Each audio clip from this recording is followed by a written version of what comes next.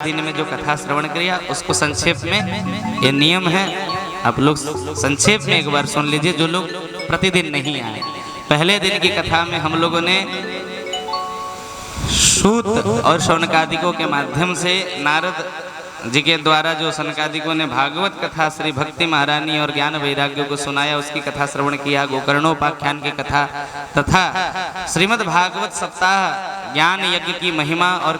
उसकी विधि को श्रवण किया। द्वितीय दिवस की कथा में हम लोगों ने भगवान के दिव्य श्रीमद् भागवत के मंगलाचरण के साथ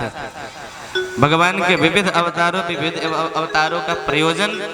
और परीक्षित साप्तक की कथा को श्रवण किया। तृतीय दिवस की कथा में हम लोगों ने भगवान के सृष्टि वर्णन,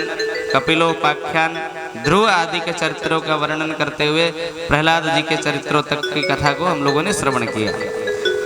चतुर्थ दिवस की कथा में गजेंद्र मोक्ष की कथा, समुद्र मंथन, बलि वामन चरित्र और नवम स्कंद की कथा में सूर्यवंश चंद्रवंश की कथा, जिसमें कि हम लोगों ने सूर्यवंशी राजाओं के भगीरथ, हरिश्चंद्र और भगवान रामचंद्र जी की कथाओं का श्रवण करते हुए चंद्रवंश के भगवान बालकृष्ण लाल के अवतार का वर्णन और प्राकट्य से उत्सव, जन्म उत्सव मनाया। पांचवें दिवस की कथा में भगवान की बाल लीला, माखन चोरी लीला, अघासुर, बकासुर, वत्सासुर आदि का वध एवं भगवान का गोवर्धन धारण करना, ये पांचवें दिवस की कथा में हम लोगों ने श्रवण किया। षष्ठ दिवस की कथा यानी कि कल की कथा में हम लोगों ने भगवान के दिव्य महारास का वर्णन तथा भगवान का मथुरागमन करने के बाद वहाँ पर सैरंध्री, सुदामा नामक माली और रजक के वध की कथा को श्रवण किया। आगे कंस वध के साथ ही भगवान के द्वार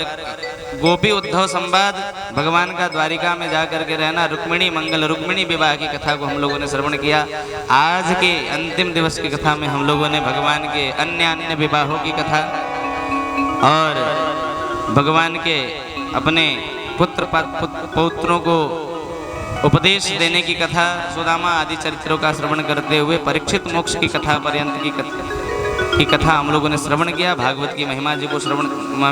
को श्रवण किया। इस प्रकार से हम लोगों ने 7 दिवस की कथा की इस यात्रा में आज अपने गंतव्य तक पहुंच